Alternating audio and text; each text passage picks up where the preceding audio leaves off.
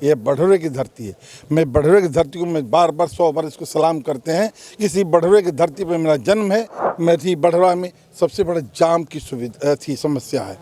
सारे समस्या में रोगी हो तो, बच्चे पढ़ने जा रहे हो तो, आपको ट्रेन पकड़ना टाइम में जाना है तो आप जाम में फंसे हुए। इसकी आज तक किसी ने सूझ नहीं लिया। इस जाम से कैसे निजात देंगे, कैसे रिंग रोड बनाएंगे, कैसे बाईपास रोड बनाएंगे, कैसे ओवरफ्लाई बनाएंगे, इसके लिए नहीं। ये सारे के सारे नेता मंत्री लेवल पर, स्पीकर लेवल पर है तो पर भी इसको सुधार नहीं सके, इस जाम को सुधार नहीं सके, हॉस्पिटल को सुधार नहीं सके।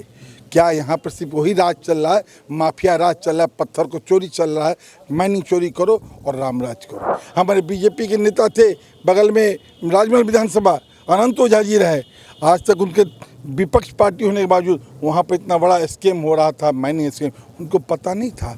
उसको एक बार भी उन्होंने स्टेटमेंट नहीं दिया। विपक्ष का नेताओं ने मुंह में इतना बड़ा रसगुल्ला खा के बैठे हुए थे कि आवाज़ नहीं निकाल पा रहे थे। जो यहाँ हकमारी हो रहा है, हिंदू का हो या मुस्लिम का हो, जो बांग्लादेशी घुसपैठी है उसको निकाल बाहर करके, चिन्हित करके निकाल बाहर करने की काम करेंगे। झारखंड में चुनावी बिगुल बज चुका है और अगर हम झारखंड के संथाल परगना की बात करते हैं तो आकुड़ का चुनाव इस बार बड़ा दिलचस्प होने जा रहा है। मेरे साथ जो है शिवसेना के प्रत्याशी है, उनसे हम लोग बातचीत करेंगे और जानेंगे कि सर आप जनता के बीच जा रहे हैं, चुनावी एजेंडा क्या होगा आपका और जनता के बीच किन किन मुद्दों को लेकर जा रहे हैं? चुनावी एजेंडा में मेरा शुरू से ही रहा, चुनाव के पहले से भ्रष्टाचार के खिलाफ मेरा बगावत रहा है। अफसर हो तो उसके खिलाफ किए हैं, नेता रहा तो उसके खिलाफ झंडा उठाए हैं। और इस बगावत के खिलाफ में जो भी बढ़रवा पाकुड़ जनता जो झेल रही है, उसको नेता उसको उद्धार नहीं करने सका, सिर्फ उसको नोट का गड्डी बना कर रखने के लिए काम किया। भ्रष्टाचार से लिप्त रहा, सरकार हो या अफसर हो उसका या उसका नेता। इसलिए उसके विरुद्ध में हमारा बिगुल शुरू से 2020 से हमारा, और उसके पहले से भी है, लेकिन पूरे इस जंग के साथ में 2020 से हम उतर चुके हैं। जो मुख्यमंत्री का प्रतिनिधि हो उसके खिलाफ, पाकुड़ बढ़रवा की जनता से पूछिए कि मेरे साथ भ्रष्टाचार के अधीन में थे, उसमें वो जेल गए। हमारे विधायक जो अभी आलमगीर साहब है वो भी जेल में भी बंद है। मेरी लड़ाई भ्रष्टाचार के खिलाफ है। सर अगर हम भ्रष्टाचार के अलावा बात करें तो और पाकुड़ में कई ऐसे मुद्दे हैं जिनसे जनता त्रस्त है, चाहे वो रोजगार को लेकर हो, शिक्षा को लेकर हो या फिर स्वास्थ्य को लेकर हो। इन मुद्दे पर आपका क्या स्टैंड होगा? पाकुड़ जी वो जिला शहर है। हम पाकुड़ की मुद्दा तो नहीं, अभी जिस धरती पर खड़े हैं ये बढ़ोरे की धरती है। मैं बढ़ोरे की धरती को मैं बार बार 100 बार इसको सलाम करते हैं। इसी बढ़ोरे की धरती पर मेरा जन्म है, मेरा कर्म है और मेरा जो भी भ्रष्टाचार के खिलाफ झंडा को बुलंद किए हैं। हमारा जन्म इसी धरती पर हुआ है, यहीं के कॉलेज से कॉलेज लाइफ शुरू हुआ है। मेरा ननिहाल भी है, यहाँ हमारा भाई है, मामा है, नाना है, नानी है, और यहीं से हमने व्यवसाय भी चालू किए थे।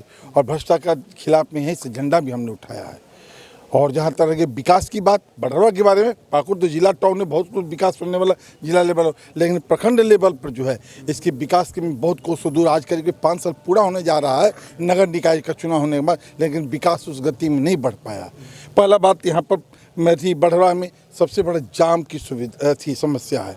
सारे समस्या में रोगी हो तो, बच्चे पढ़ने जा रहे हो तो, आपको ट्रेन पकड़ना टाइम में जाना है तो आप जाम में फंसे हुए। इसकी आज तक किसी ने सूझ नहीं लिया। इस जाम से कैसे निजात देंगे, कैसे रिंग रोड बनाएंगे, कैसे बाईपास रोड बनाएंगे, कैसे ओवरफ्लाई बनाएंगे, इसके लिए नहीं। बस जनता जब तक तकलीफ़ में रहेगा हमको याद करेगा और हमको उस चुनाव के टाइम में वोट देगा। यही के लोग जो नेता है वो नेतागिरी करके अपने जनता को यहाँ को ठगने का काम किया है। सर स्वास्थ्य के मामले में तो क्षेत्र पिछड़ा हुआ है। यहाँ के लोग अगर बीमार हो जाते हैं तो ऐसे कोई स्वास्थ्य की व्यवस्था नहीं है जहाँ वो इलाज करा सके। इस मामले में आपका क्या स्टैंड होगा? इसी मामले में कि हर मामला में पीछे है हमारा बढ़रवा का धरती। शिक्षा के मामले में न कोई इंजीनियरिंग कॉलेज है, बड़े बड़े नेता यहाँ पर हुए, शुरू से इतिहास उठाइएगा, न इंजीनियरिंग कॉलेज है, न मेडिकल कॉलेज, न सही ढंग का शिक्षा का है। उसको अगर बच्चों को पढ़ाना है तो हमको फरक्का जाना पड़ता है, दूसरी जगह जाना पड़ता है। पहला मुद्दा हमको शिक्षा को देखते हुए, यहाँ आँख बिजली है, आँख मिचौनी करते रहता है। क्यों भाई? ये सारे के सारे नेता मंत्री लेवल पर, स्पीकर लेवल पर है तो पर भी इसको सुधार नहीं सके, इस जाम को सुधार नहीं सके, हॉस्पिटल को सुधार नहीं सके। क्या यहाँ पर सिर्फ वही राज चल रहा है? माफिया राज चल रहा है, पत्थर को चोरी चल रहा है। माइनिंग चोरी करो और रामराज करो, और हमारा ठेकेदारी में कमीशन दे दो, परसेंटेज दो, नोट की गड्डी लोग बनाकर तैयार है। अब मैं उसी के विरुद्ध में बिगुल फूंक करके लड़ाई लड़ते जा रहा हूँ और लड़ते रहूँगा।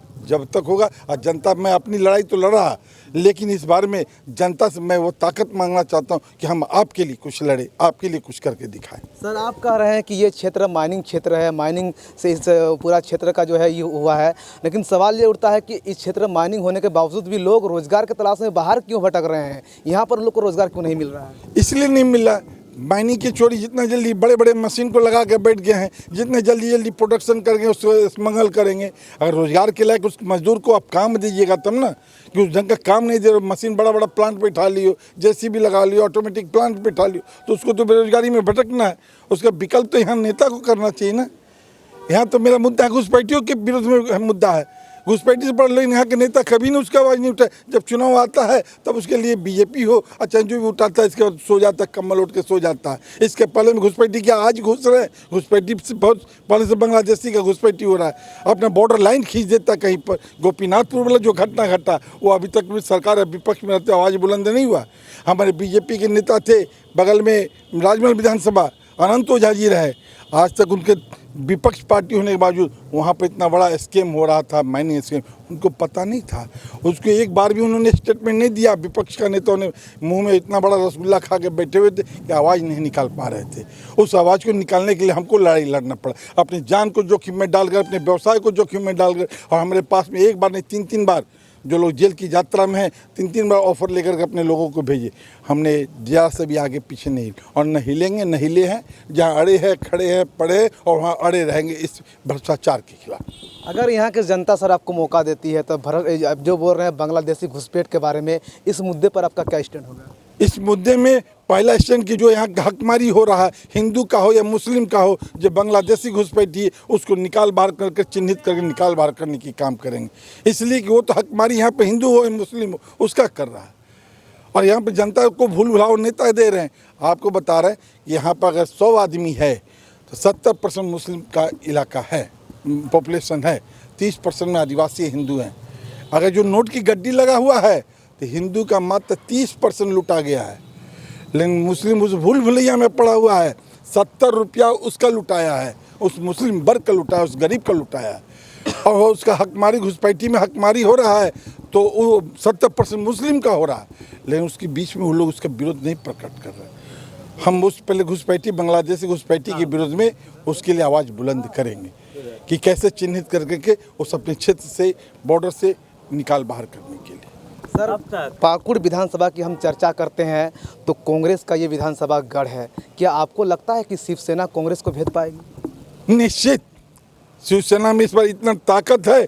जो बंदा मतदाता हर बात को सोच रहा है कि यही एक बंदा है भ्रष्टाचार के खिलाफ इतनी बड़ी पूरी झारखंड को हिला के रखा, उस जाल में फंसे हेमंत सोरेन भी फंसे, मुख्यमंत्री पहुंचे, हमारा वर्तमान मंत्री भी फंसा, विधायक यहाँ का फंसा, और विधायक मुख्यमंत्री का प्रतिनिधि भी फंसा, और लोग फंसते जा रहे। आज भी सुने होंगे पाकुड़ में ईडी का रेड फड़ा हुआ है। सुनने में हमको आया रास्ते में एक पर नोट का बोरा फेंका हुआ भी मिला हुआ है। इस ढंग से बहुत लोग आए अपने अंदर हिम्मत, साहस, और इस बार अगर जनता मुझको ताकत दे दी, और हमारा बचपन गुजरा है यहाँ पे इसी धरती पर, लोग जानता है, लोग यह बंदा अड़ खड़े टूटने वाला नहीं, झुकने वाला नहीं, टूट सकता है लेकिन झुकेगा। मेरे ऊपर बहुत सा इस घटने के बाद 2020 के बाद बहुत सा हमारे पास में षड्यंत्र रचा गया, लेकिन सारे षड्यंत्र को भेजते हुए हम यहाँ तक पहुँचे। सर, कांग्रेस के अलावा अगर हम पाकुड़ की बात करते हैं तो अकील अख्तर भी है जो सपा के प्रत्याशी हैं। अगर हम अकील अख्तर या फिर जो कांग्रेस के अलावा अगर हम जो शिवसेना की बात करेंगे तो आप अपने आप को पाकुड़ विधानसभा में कहाँ पा रहे हैं? जीत को लेकर कितना आश्वस्त है? जीत के लिए इसलिए हम निश्चिंत है कि मेरे पास में कहीं पर भी 2 नंबर मतलब विदेश का रुपया नहीं है भैया। जनता की भावना और हमारी लड़ाई, हमने भ्रष्टाचारी पर जो कदम उठाए हुए हैं उसके प्रति हिंदू मुस्लिम जब सब एकजुट को होकर के जो बुद्धिजीवी लोग तैयार हैं कि इस बार में शिवसेना को कर छाप को देकर जिताना है। ये देख लिया लो कि भ्रष्टाचारी में ऑलरेडी मंत्री के बीच में गट्ठर रुपया मिला। अखिल साहब के लिए हम नहीं बोल रहे हैं, दुनिया बोल रहा है कि रुपया विदेश का आया। ठीक है, वो जनता सेवा करते, लेकिन एक बार भी उनको मौका मिला, दिया, जनता मौका दिया अकील जी को, कितना विकास हुआ वो सारे लोग के बीच मौजूद। हम तो बोले एक बार मौका दे, हमको कोई जनता मौका नहीं दिया। हम अपने बलबूते पे इतना भेज दे दिए कि पूरा झारखंड सरकार हिल गई। लेकिन एक बार अगर मौका मिले तो कम से और ज़्यादा दूर तो नहीं, लेकिन पाकुड़ विधानसभा के लिए हमने निशाने पर है, दिमाग पर है कि क्या क्या कौन कौन जगह पर चला जा रहा है हमारा जनता। सबसे बड़ा तो यहाँ का जाम है भैया। अब बढ़ावा के लिए बहुत बहुत धन्यवाद सर के हमारे साथ जुड़े और आपने जो साझा किया कि आपका जो है चुनावी मुद्दा है वो क्या होगा और आप जनता के बीच जा रहे हैं, किन किन मुद्दों को लेकर जा रहे हैं। Govind Thakur, WM 24x7 news, Sahibganj.